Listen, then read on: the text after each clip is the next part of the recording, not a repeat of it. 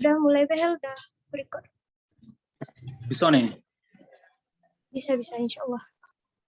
Yes. Bismillahirrahmanirrahim.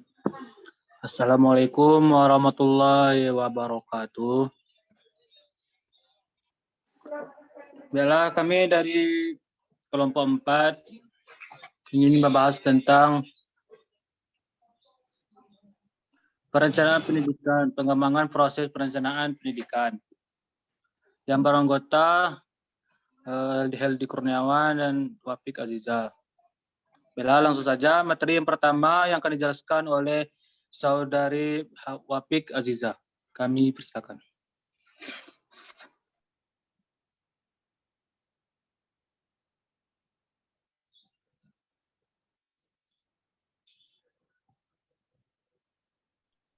Baik, di sini saya akan menjelaskan tentang pengertian perencanaan pendidikan. Perencanaan pendidikan merupakan dasar pelaksanaan kegiatan dalam pendidikan dengan melihat ke masa yang akan datang untuk mengembangkan pendidikan agar lebih efektif dan efisien. Perencanaan adalah proses pemilihan dan penetapan tujuan, strategi, metode anggaran, dan standar atau tolak ukur keberhasilan suatu kegiatan. Itu menurut Hadari Nawawi, tahun 2001, nomor 35. Kemudian, menurut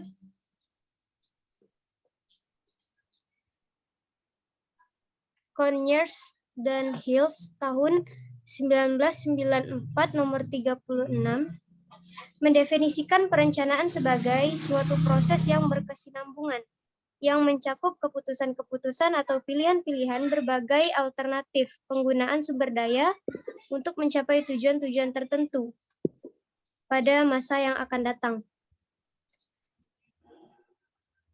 Menurut John R. Kelly tahun 1993 nomor 12, perencanaan pendidikan tersebut mengedepankan empat unsur dasar perencanaan, yaitu yang pertama, pemilihan. Merencanakan berarti memilih. Perencanaan merupakan proses memilih di antara berbagai kegiatan yang diinginkan, karena tidak semua yang diinginkan itu dapat dilakukan dan dicapai dalam waktu yang bersamaan. Yang kedua ada sumber daya. Perencanaan merupakan alat pengalokasian sumber daya.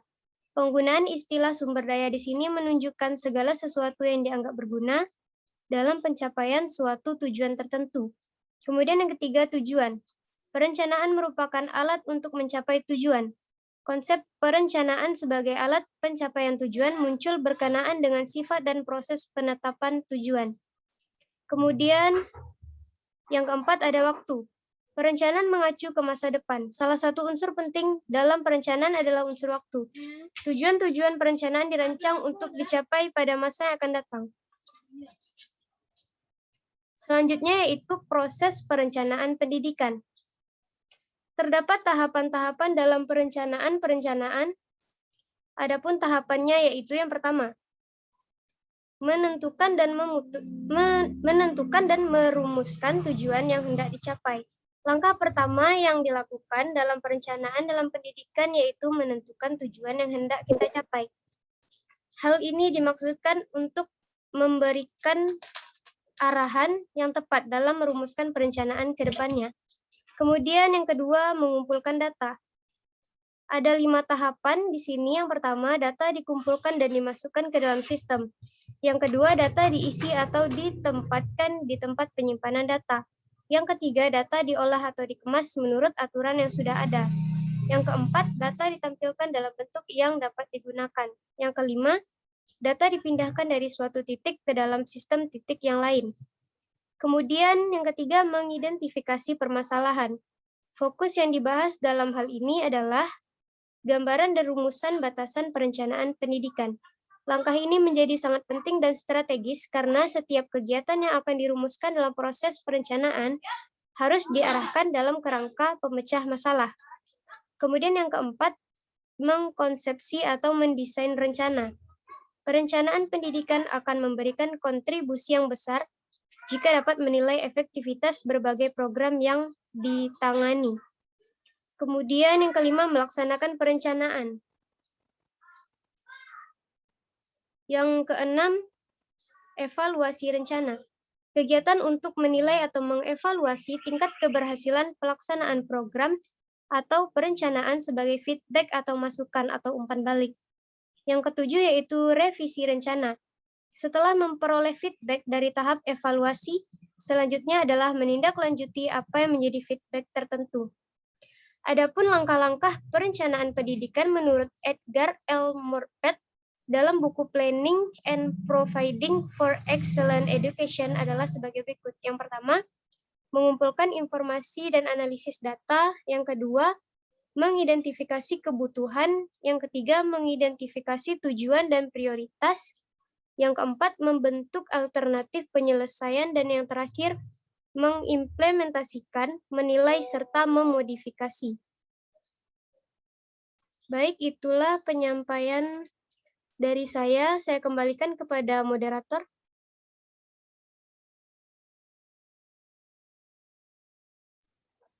Baiklah, selanjutnya saya akan menjelaskan tentang hal-hal yang hendak diperhatikan dalam perencanaan pendidikan.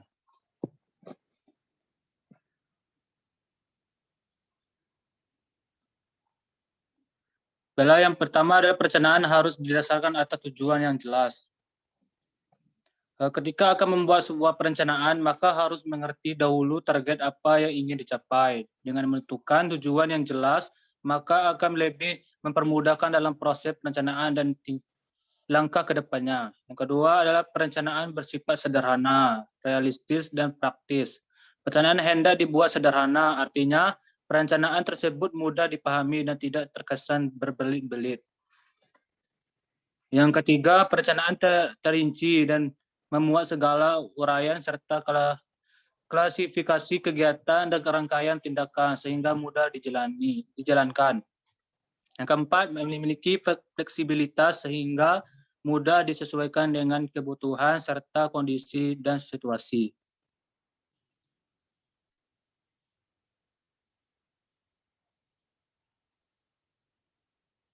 Selanjutnya, analisis pengembangan proses dalam perencanaan manajemen pendidikan.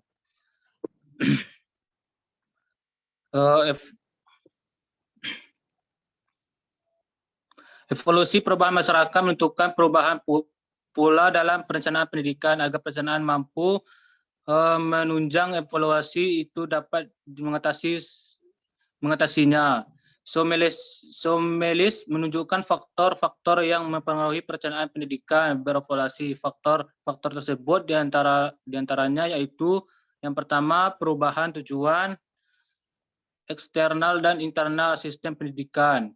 Yang kedua, perubahan berpikir sosial politik. Yang ketiga, semakin berkembangnya struktur administrasi pendidikan, setiap lembaga mempunyai struktur sendiri sehingga membutuhkan perencanaan tersendiri.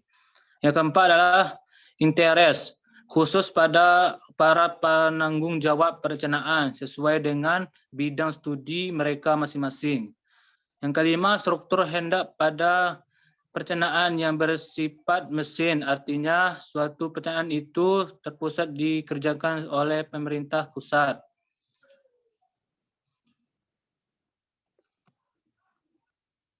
Yang keenam, tekanan dari problem yang bersifat akut yang dulu diselesaikan dengan perencanaan jangka pendek yang nantinya seharusnya dikaitkan dengan perencanaan jangka panjang.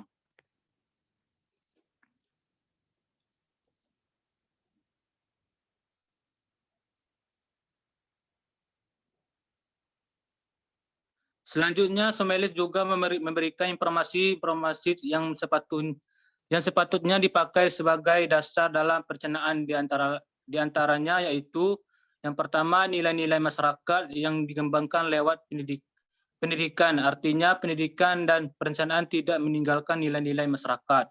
Yang kedua, sikap siswa terhadap pendidikan dan pekerjaan. Yang ketiga, hasil penelitian untuk pengembangan kurikulum dan pengembangan keputusan. Yang keempat, fungsi dan performa sistem pendidikan, artinya pendidikan kejuruan tidak sama dengan fungsi dan performanya dengan sistem pendidikan umum. Yang kelima, fungsi dan pengembangan pasaran tenaga kerja pada masa mendatang. Yang keenam, kemungkinan efek proses mikro pada teknologi pendidikan. Proses mikro ialah proses yang terjadi pada suatu lembaga pendidikan. Yang ketujuh, kemungkinan adanya perkembangan ekonomi. Baiklah, itulah hasil presentasi dari kelompok kami. Selanjutnya, kami akan membuka sesi tanya jawab.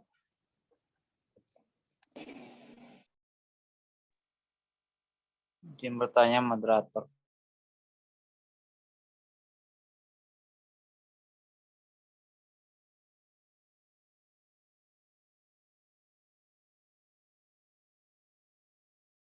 Yuk, siapa ya? Dwi Izin moderator. moderator. Andi moderator. Dwi Fitri Andi Silakan. moderator. Andi, Saya Andi moderator. Saya Andi Aman. Andi, Saya moderator. Andi Mar. Baik, terima kasih kepada moderator dan kelompok penyaji. Sebelumnya saya mohon maaf atas off cam dikarenakan sinyalnya tidak memadai. Saya Nim Mardiansyah dengan NIM A1D51682 izin bertanya. Di dalam makalah kalian tadi telah menjelaskan mengenai perencanaan pendidikan. Nah, yang ingin saya tanyakan tuh hambatan dan tantangan apa saja yang terdapat dalam perencanaan pendidikan. Terima kasih, saya kembalikan kepada moderator. Terima kasih. Selanjutnya, Dwi Saya moderator. Dwi Saya. Fitri Andi. silakan Dwi. Perkenalkan, nama saya Dwi Fitri Anti. Sebelumnya mohon maaf mematikan kamera dikarenakan saya kurang sehat. Izin bertanya moderator dengan pertanyaan, jelaskan mengapa perencanaan bersifat sederhana, realistis dan praktis, dan makna dari realistis dan praktis dalam sebuah perencanaan itu apa? Terima kasih. Sama-sama.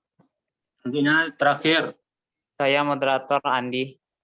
Dia moderator. Saya moderator. saudara dia. Saya moderator. Saya. Ainun Saya. moderator. Hel. Saya moderator. loh dari tadi, ya Sorry, Allah. Moderator. Saya. Hel. Ah, Hel.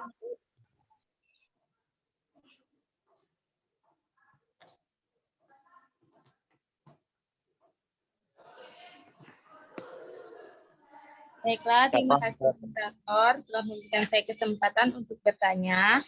Perkenalkan, nama saya Eradia Hairunisa dengan NIM A1D5190031. Saya izin bertanya kepada kelompok penyaji, bagaimana tinjauan perencanaan pendidikan dari aspek guru dan siswa? Terima kasih.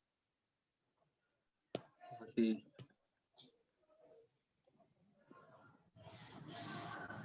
Tunggu sebentar ya.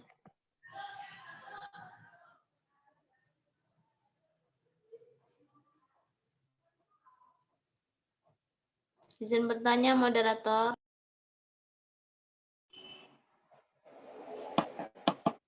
izin.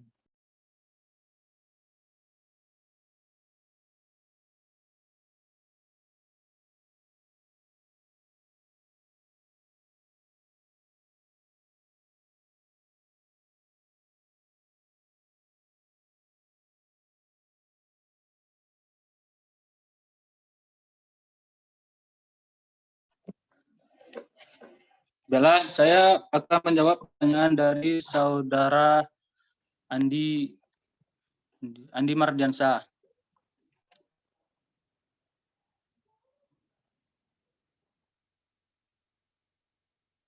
Dengan pertanyaannya,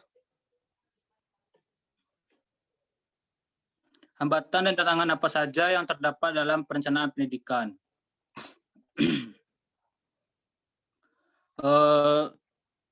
Tugas merencanakan sesuatu seringkali tidak bisa dijalankan dengan baik, sehingga diperencanakan itu tidak tepat. Selain itu, sering pula di pelaksanaan pekerjaan tidak sesuai dengan yang direncanakan.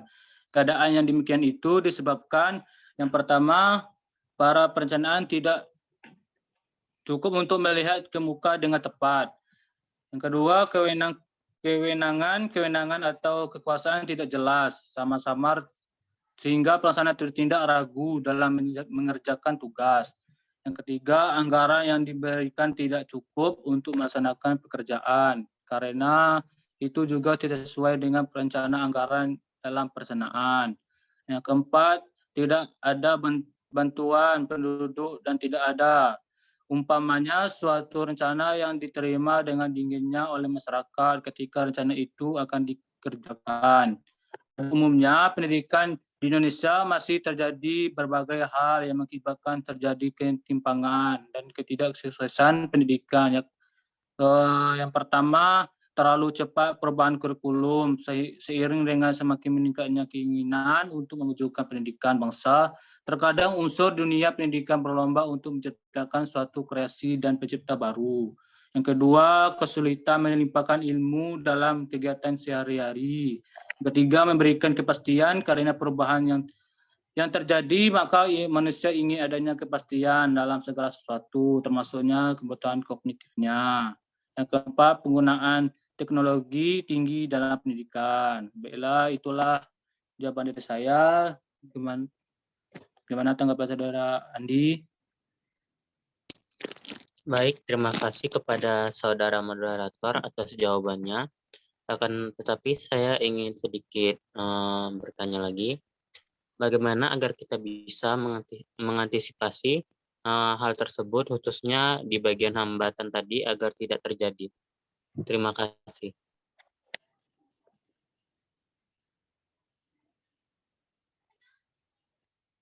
Bella, untuk sanggahannya, untuk mengantisipasi hal itu, maka kita perlu untuk melakukan forecasting. Forecasting adalah membuat perakiraan dengan mengantisipasi ke depannya. Perkiraan tersebut didasarkan atas faktor-faktor organisasi pendidikan, baik yang bersifat kondisional maupun situasional.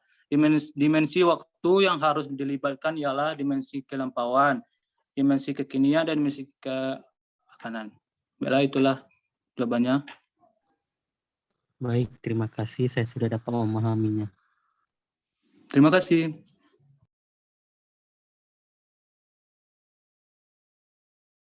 Baiklah, selanjutnya pertanyaan dari saudara Dwi akan dijawabkan oleh Wapik. Kami persilakan. Baik, di sini saya akan mencoba menjawab pertanyaan dari saudari Dwi Fitrianti. Pertanyaannya yaitu, jelaskan mengapa perencanaan bersifat sederhana, realistis, dan praktis, dan makna dari realistis dan praktis dalam sebuah perencanaan itu apa?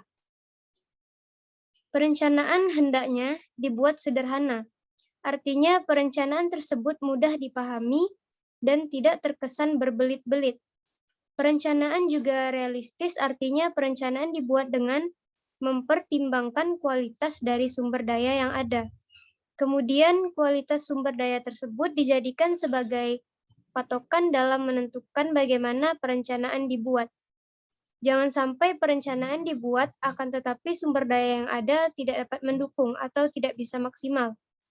Perencanaan juga praktis, maksudnya dari perencanaan yang sederhana tadi, maka perencanaan tersebut mudah dalam pengaplikasiannya, tidak memberatkan sumber daya yang ada.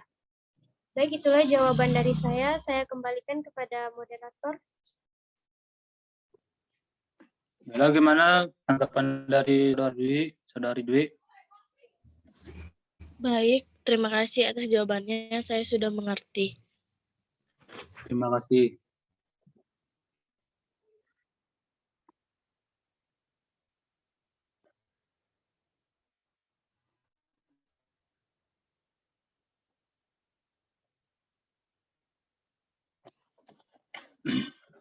Baiklah, selanjutnya saya akan menjawab pertanyaan dari saudari Radia.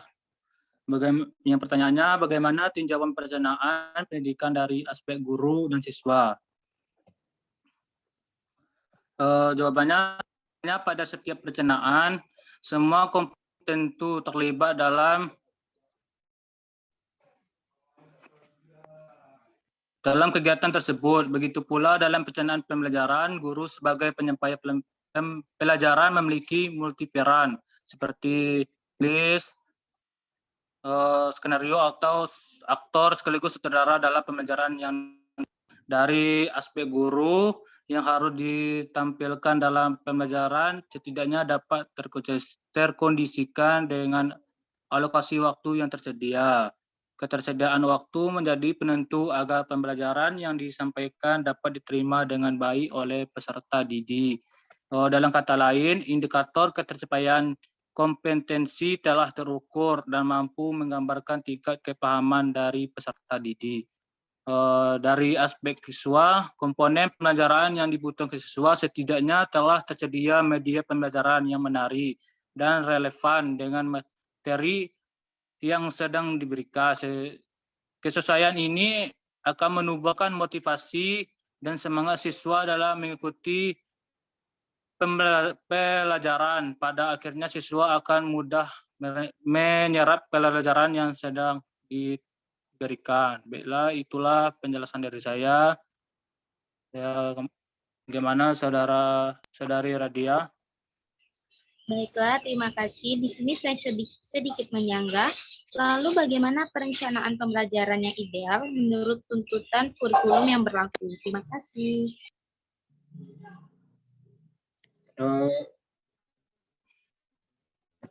Senggahannya perencanaan yang ideal menurut tuntunan kurikulum tentunya telah memenuhi kriteria yang harus dilakukan dalam pembelajaran.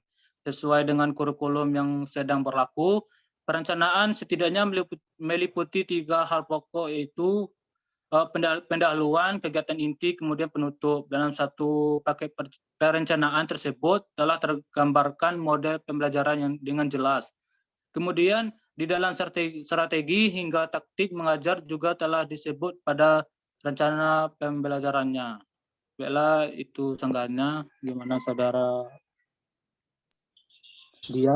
Baiklah, terima kasih. Saya dapat memahaminya. Terima kasih.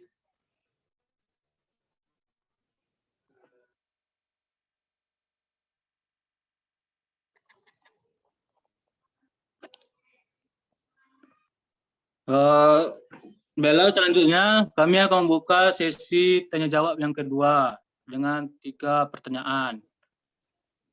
Saya Hel. Moderator. Saya Helgi, saya moderator. Saya moderator, saya. Saya moderator. Ya, Saya banyak, weh. Saya Saya banyak. moderator. Saya Hel. Saya banyak. Hel. Bu. Ainun, Andi. Ainun. Saya Francisca Hel. Ada Ainun kami moderator. kepada Sela. Oh, pilih-pilih.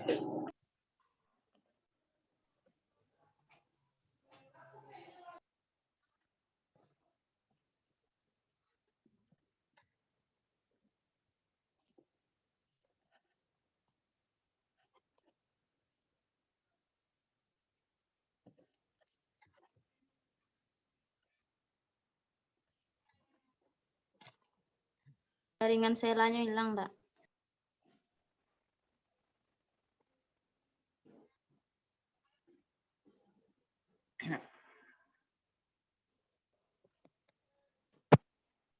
Nah, saudara yang lain, ada yang tanya Saya nggak? moderator.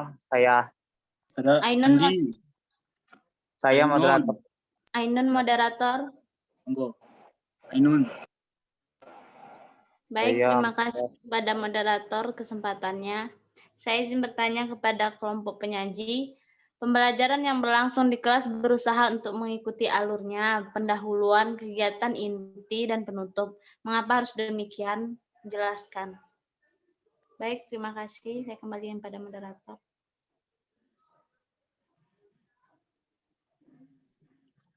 Selanjutnya ada yang mau bertanya. Saya moderator. Saudara Andi, silakan.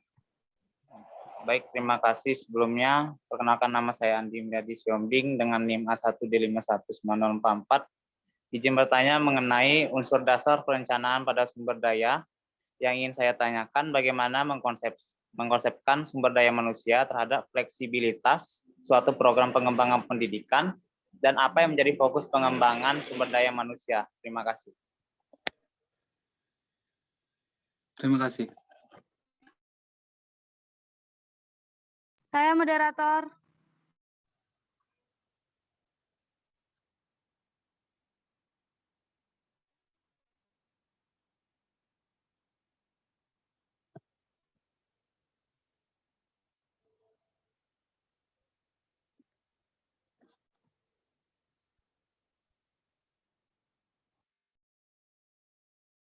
Bella, pertanyaan dari saudara.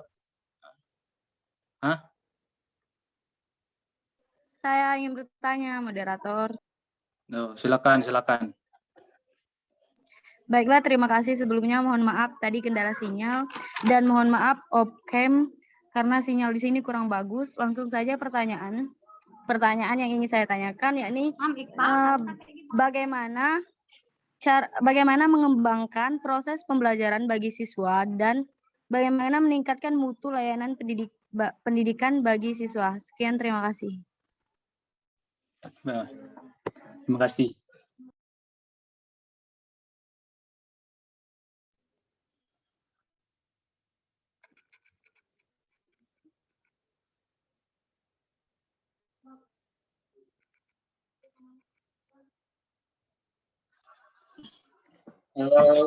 Baiklah, pertanyaan yang pertama dari saudari Ainun yang akan dijawabkan oleh Pak Fik.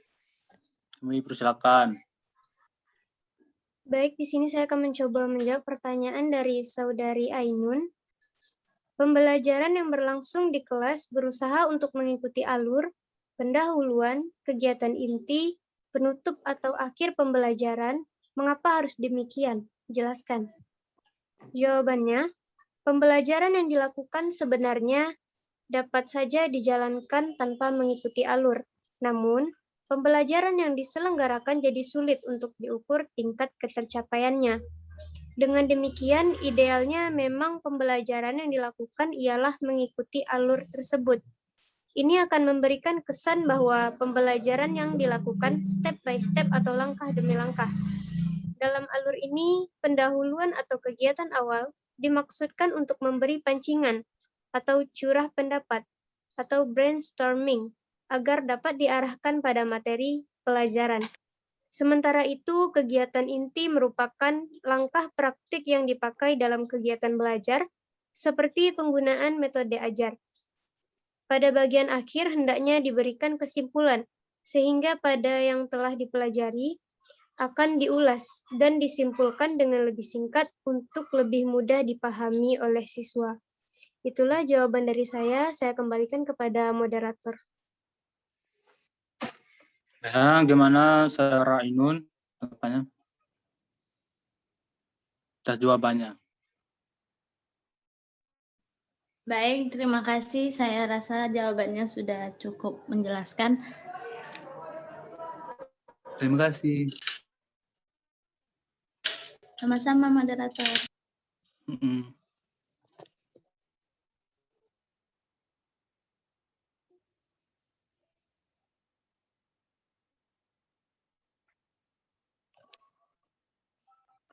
Bella, saya akan menjawabkan pertanyaan dari saudara Andi Mulyadi. Pertanyaannya, bagaimana mengkonsepkan sumber daya manusia terhadap fleksibilitasnya suatu program pengembangan pendidikan dan apa yang menjadi fokus pengembangan sumber daya manusia? Jawabannya, menurut Stewart dan MC Goldrick mengatakan pengembangan sumber daya manusia meliputi berbagai kegiatan dan proses yang diarahkan pada terjadinya dampak pelajaran, baik bagi organisasi maupun bagi individu. Menurut Melayu, SP Hasibuan menjelaskan bahwa pengembangan adalah suatu usaha untuk meningkatkan kemampuan teknis, teoritis, konseptual, moral pegawai sesuai dengan kebutuhan jabatan. Tujuan pengembangan adalah untuk meningkatkan produktivitas kerja, Pengembangan didasarkan pada fakta bahwa seseorang pegawai membutuhkan serangkaian pengetahuan, keahlian, dan kemampuan yang berkembang supaya bekerja dengan baik dalam melaksanakan tugas dan fungsi selama karirnya. Persiapan karir jangka panjang dari seseorang pegawai untuk diserangkaikan posisi inilah yang dimaksudkan dengan pengembangan pegawai.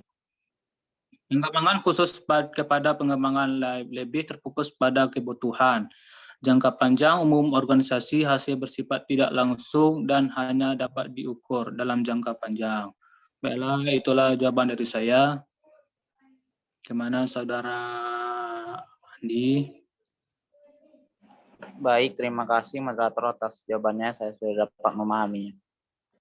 Sama-sama.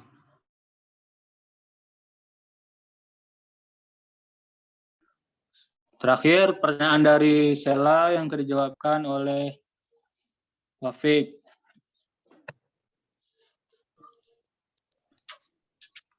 Baik, saya akan mencoba menjawab pertanyaan dari Saudari Sela. Pertanyaannya, bagaimana mengembangkan proses pembelajaran dan meningkatkan layanan pendidikan bagi siswa? Jawabannya, untuk mengembangkan proses pembelajaran, hal ini berarti bahwa dalam proses pembelajaran sekolah melakukan peningkatan mutu layanan pendidikan dengan melakukan pengembangan kurikulum bagi siswa.